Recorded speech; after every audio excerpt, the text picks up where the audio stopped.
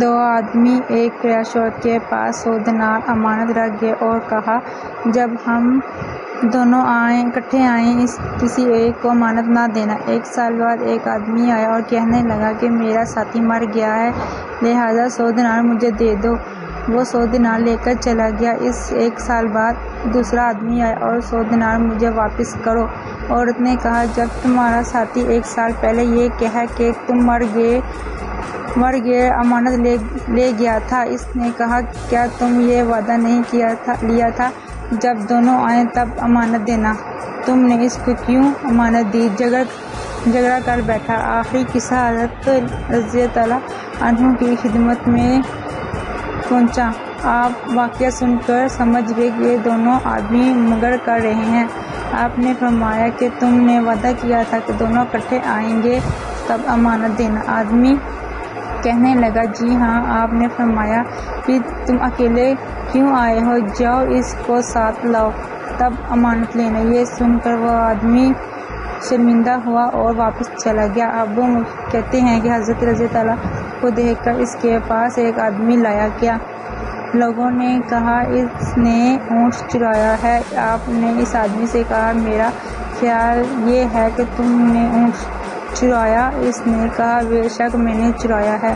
آپ نے فرمایا، شاید تجھے اس اونٹ کے بارے میں شبہ ہو گیا ہو۔ اس نے کہا، نہیں، میں نے ہی چرایا ہے۔ حضرت رضی اللہ عنہ نے فرمایا، اسے لے جاؤ، اس کی انگلیاں باندھ دیں اور آگ جلا دیں۔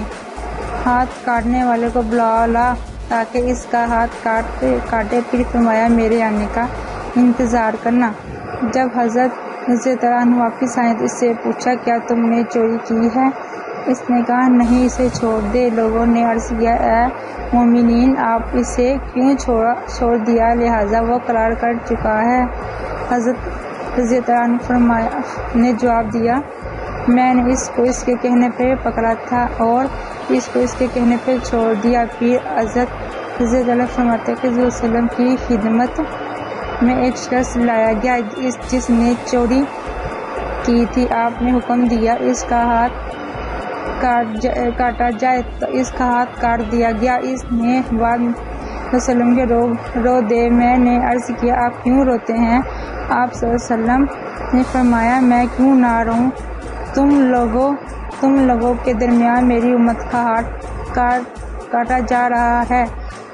صحابہ اکرام رضی اللہ عنہ نے عرض کیا، یا رسول اللہ، آپ معاف کیوں نہ کر دیں؟ آپ صلی اللہ علیہ وسلم نے فرمایا، وہ بدترین شخص ہے جو خدا معاف کر دے۔ تم آپس میں ہی خدا معافی کا کام کر لیا کرو، معاملہ مجھ تک نہ لایا کرو۔